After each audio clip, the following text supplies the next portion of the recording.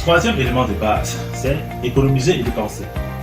Dans cet élément, une définition large de l'épargne est promue en matière de développement. Économiser de l'eau et utiliser les ressources naturelles de manière raisonnable est tout aussi important, sinon plus, qu'économiser de l'argent.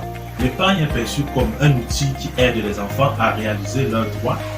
Les enfants apprennent comment économiser et comment dépenser d'une manière responsable.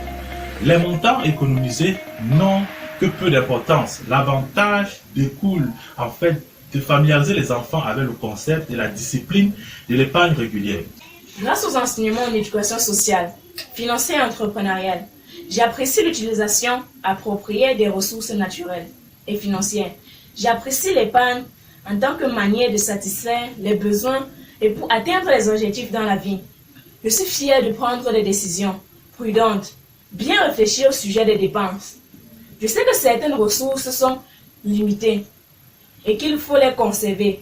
Je comprends le concept de l'argent, comment les outils de base et les systèmes financiers fonctionnent. Je sais qu'il peut y avoir des différences entre mes besoins et mes souhaits. Aujourd'hui, j'ai la capacité d'utiliser, de réutiliser, d'économiser et de protéger les ressources de manière créative. Je suis capable d'enregistrer mon épargne et d'utiliser les instruments financiers appropriés. Je peux établir des propriétés et des différences entre mes souhaits et mes besoins. Les thèmes abordés pour cet élément sont argent et bien-être, apprendre à épargner, apprendre sur les dépenses, établir un budget, option d'épargne, épargnant intelligent, emprunter de l'argent, budget du quotidien, argent et pouvoir, flux d'argent, être un consommateur averti, ainsi de suite.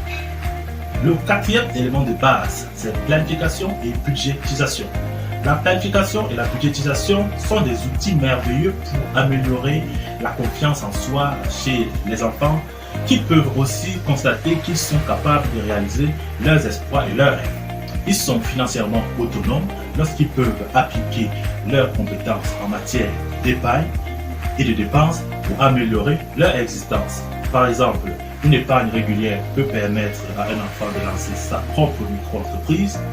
Des habitudes d'épargne régulière peuvent également permettre à un groupe d'enfants de mettre sur pied une campagne de justice sociale. Grâce aux enseignements en éducation sociale, financière et entrepreneuriale, je peux planifier avant de dépenser et faire les choses.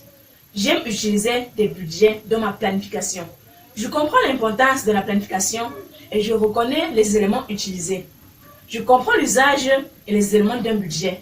Aujourd'hui, je peux fixer des objectifs et planifier des étapes pour les réaliser. En utilisant des ressources disponibles, je peux établir un budget et l'équilibrer par rapport aux dépenses. Les thèmes abordés pour cet élément sont trouver l'inspiration, établir des objectifs SMART, l'analyse SWOT, l'élaboration d'un plan d'entreprise, assigner des rôles et des responsabilités, établir un budget pour une entreprise, promouvoir son entreprise, ainsi de suite. Le cinquième et le dernier élément, c'est l'entreprise sociale et financière des enfants.